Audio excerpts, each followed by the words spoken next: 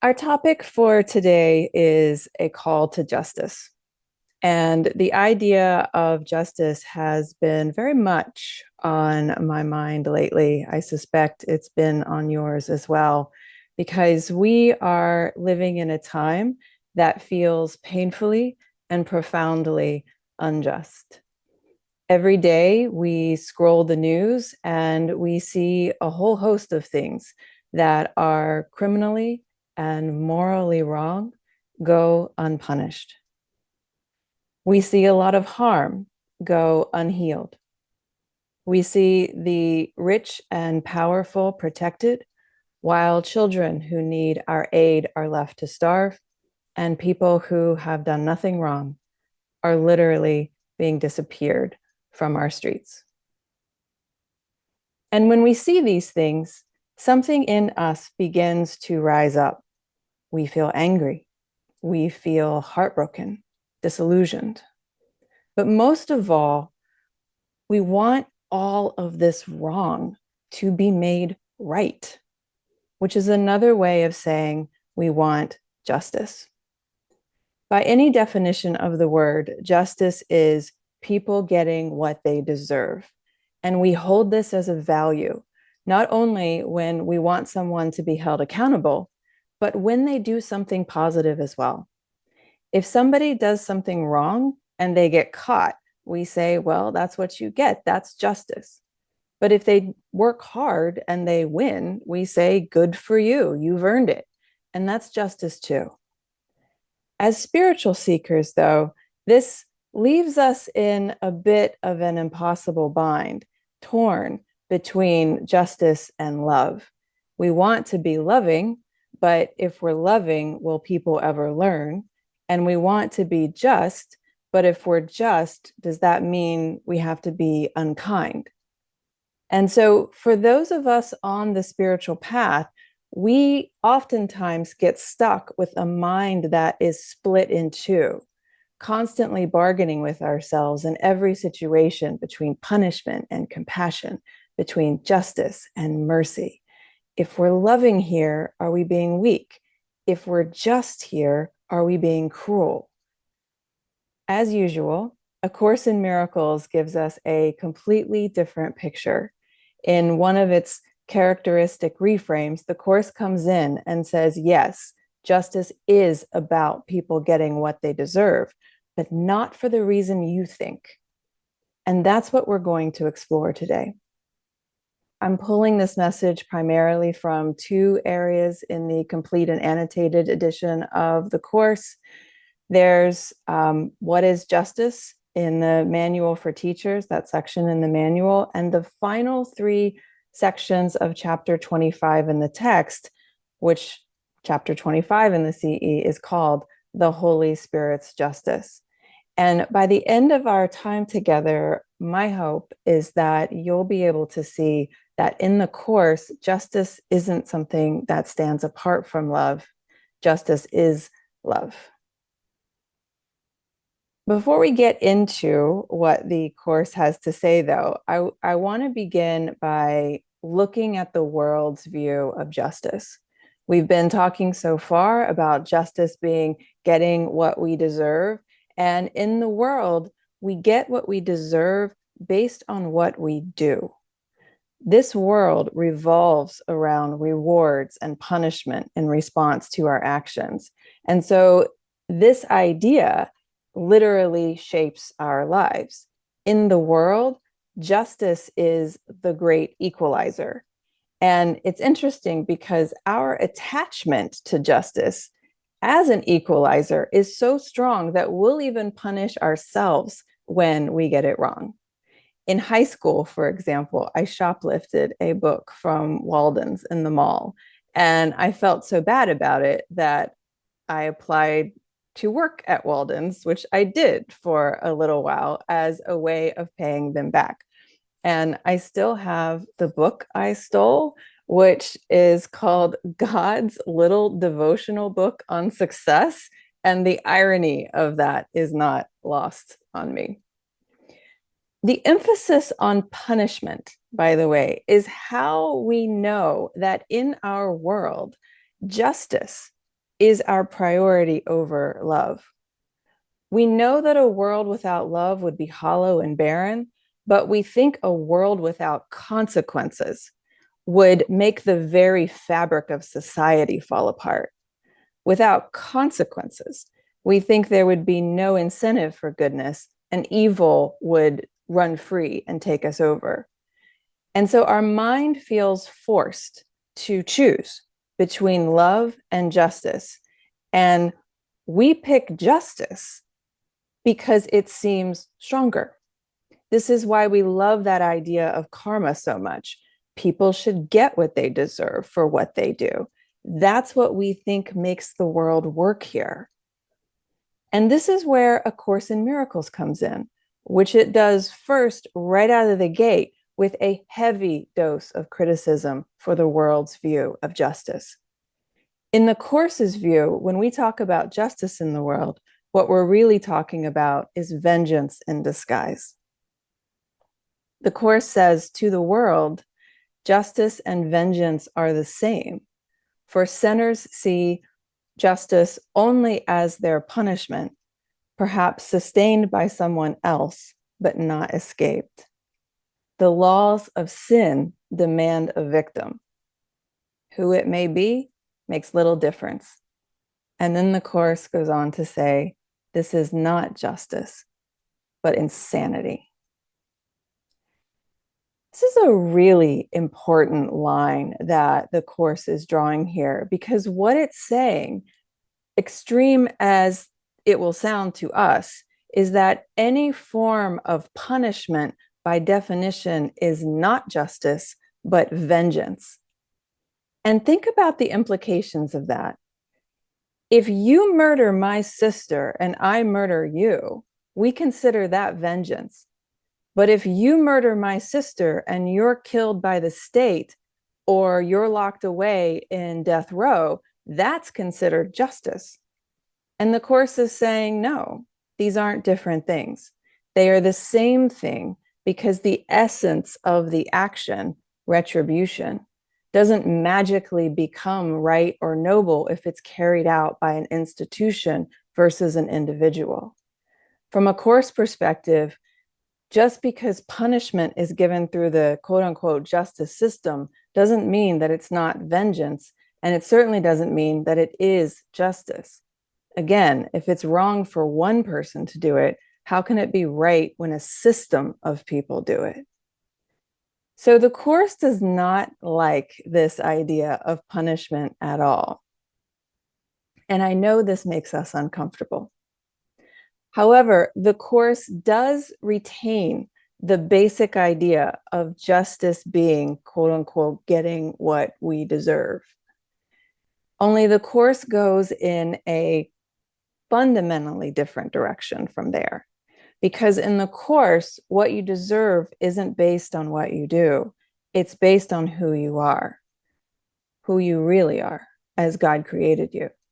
So in other words, what you deserve is based on your true identity as the eternal, changeless Son of God. And the Course says the Son of God deserves everything.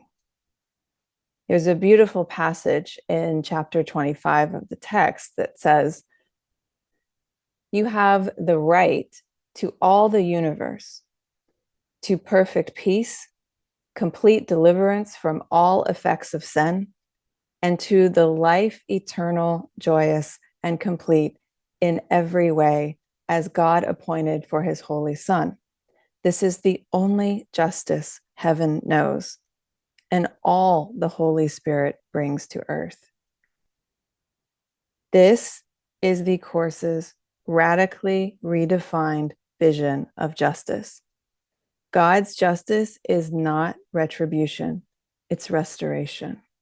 And it's not punishment, it's life eternal. But of course, to understand this different view of justice means we need a different view of God. And I promise I am going to get to those yeah buts that I know are swimming around in your head in just a minute. But first, I want us to consider where we got this idea of punishment as justice in the first place. And for many, The answer to that question is God himself.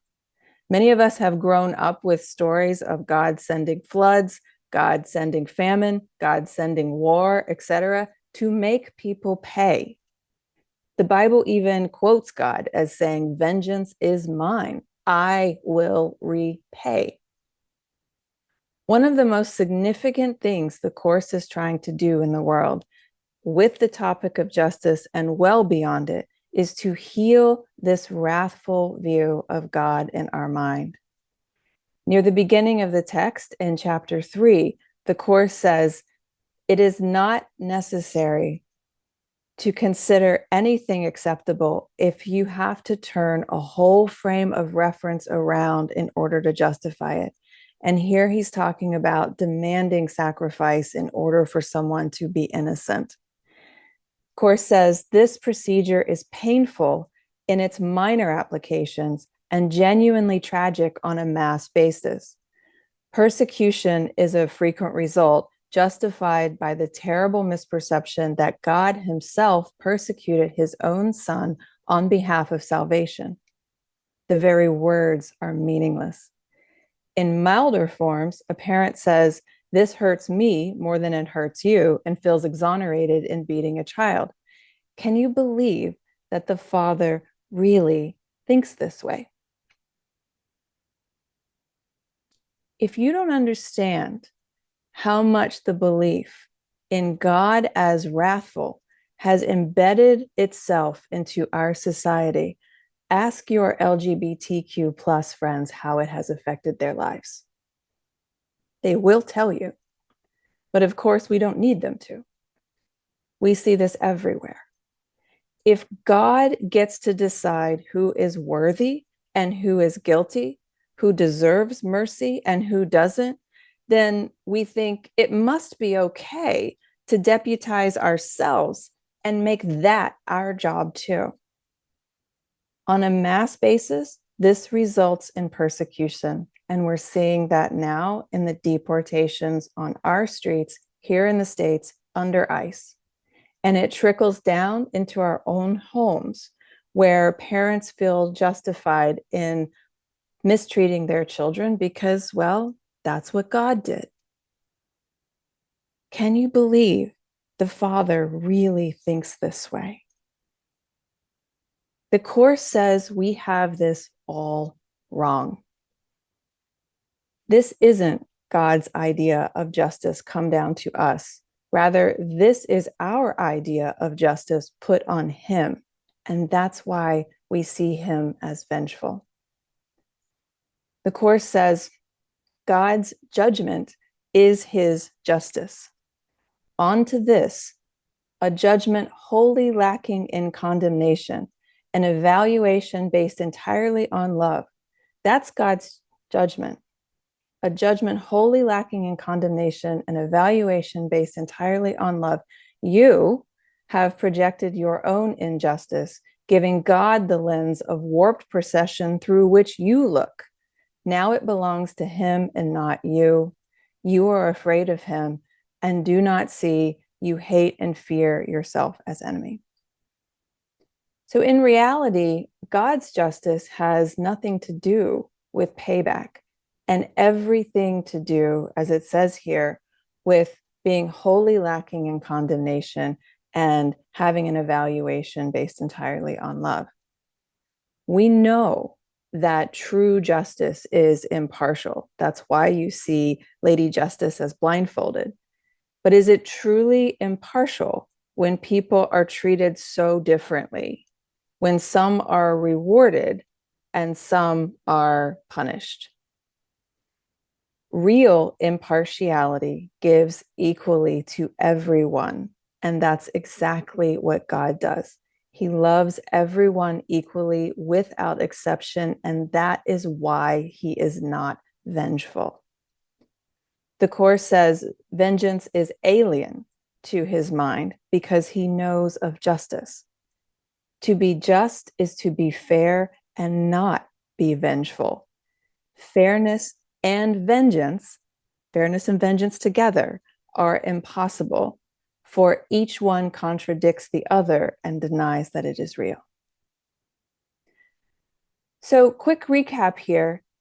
Justice in both the world and the course is getting what you deserve.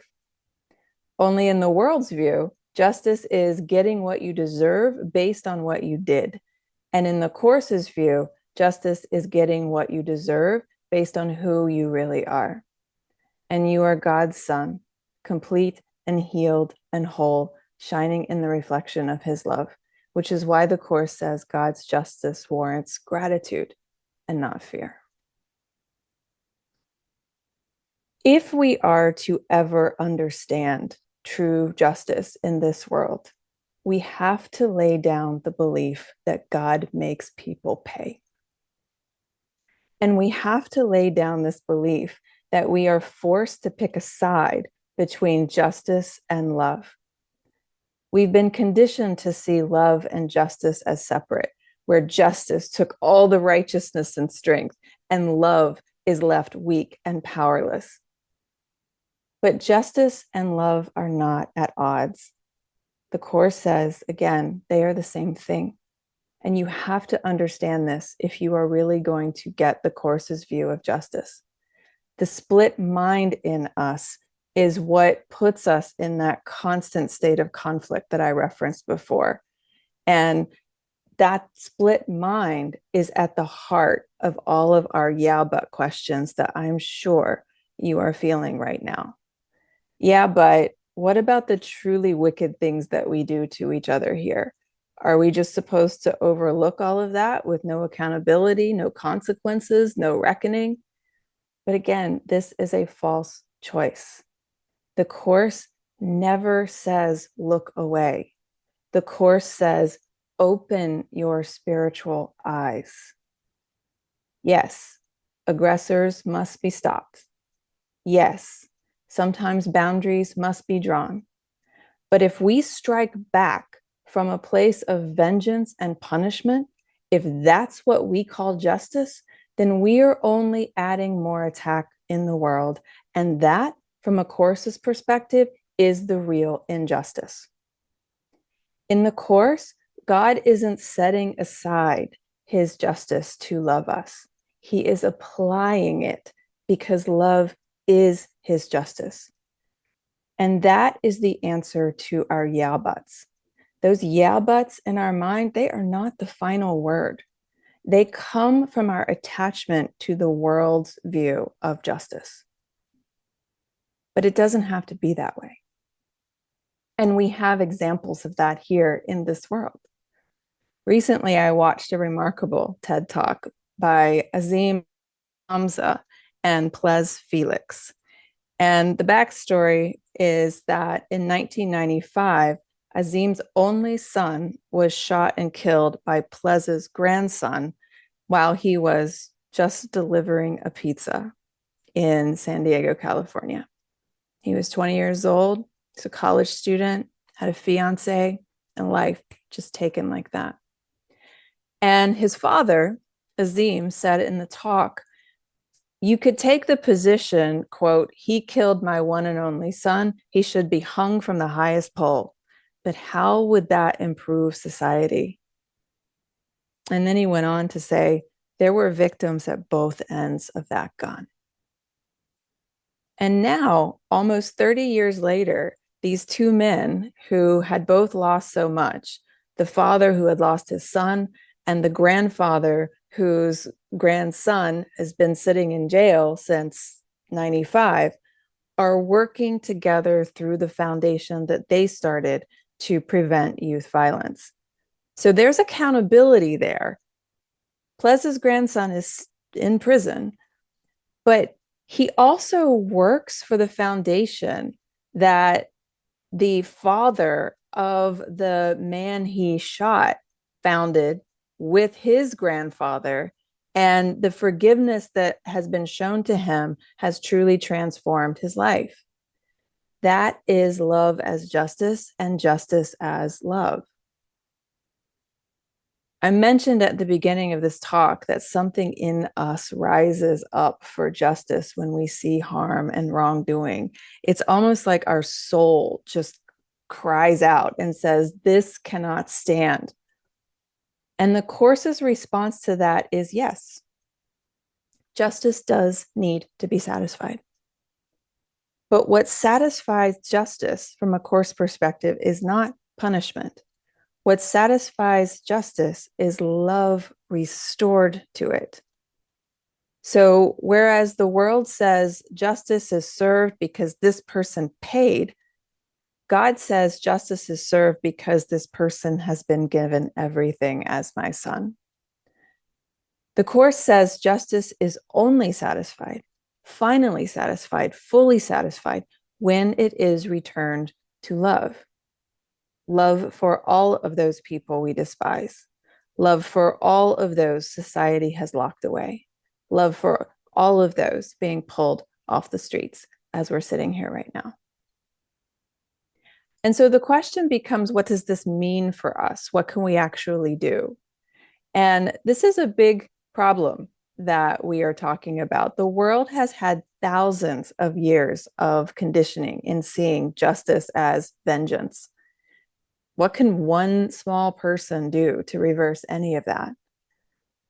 In a moving paragraph, the Course says that in a world full of vengeful justice, the Holy Spirit needs one person as witness to the unity of justice and love. That's all he needs, just one person. And then the Course says, of each one does the Holy Spirit ask if he will be that one, so justice may return to love and there be satisfied. If he's asking each one of us to be that one, that means he is asking you.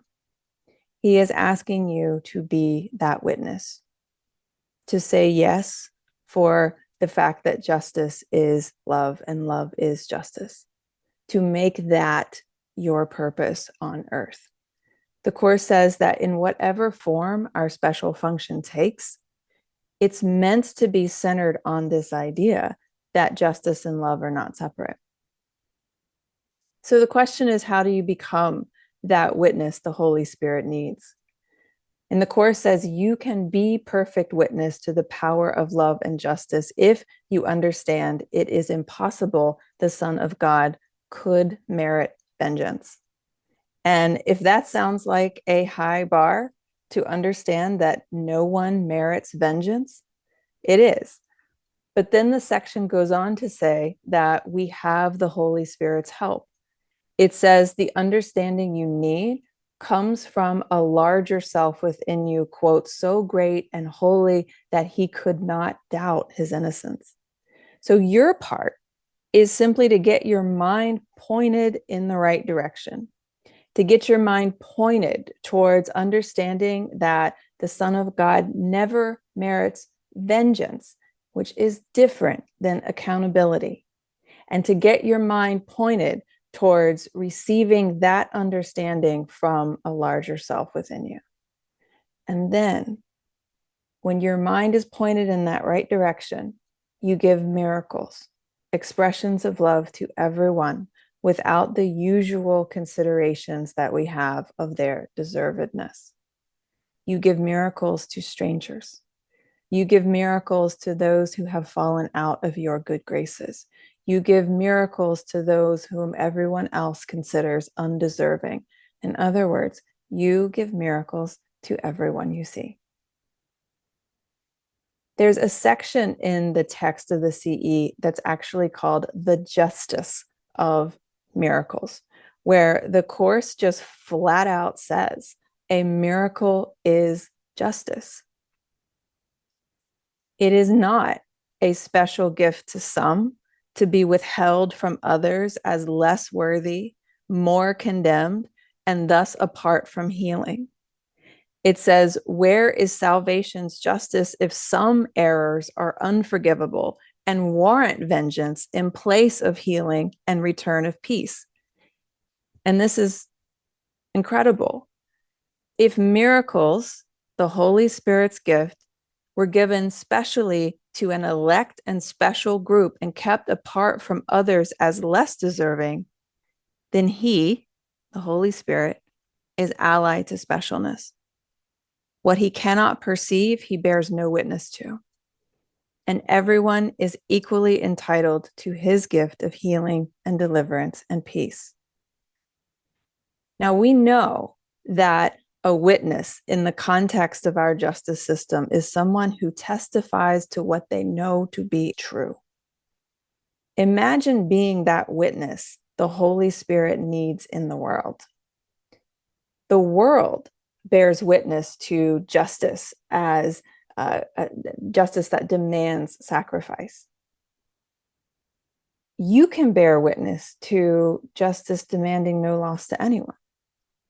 The world bears witness to worth that must be earned. You can bear witness to everyone being equally worthy because of who they are. The world's case, and you will hear this repeatedly, is that justice is strong and love is weak. But you can be witness to justice as love, and love as justice returned to its rightful place. If we could take on board this new picture, as Robert said in the introduction, it could transform everything from how we view ourselves to how we relate to one another to the very society itself. There are examples of this kind of testimony here if we look, and people like ACIM, Camisa, and Plez Felix are examples who show us the way. They are witnesses who show us the way. And so to close, ask yourself, whose witness do you want to be? Do you want to be witness of the world, or do you want to be God's witness? What kind of justice do you want to serve? Justice as the world has taught it, or justice as God has given it? Because standing for God's justice means you are not out to repay wrongs with vengeance. You are out to transform mistakes with love. That's the kind of justice our world is desperately crying out for. And it's the kind of justice the Course says we are here to offer. And if you do this, then God's justice will be returned to love, and God's justice will be satisfied. And you will have had your part in carrying it there. Thank you.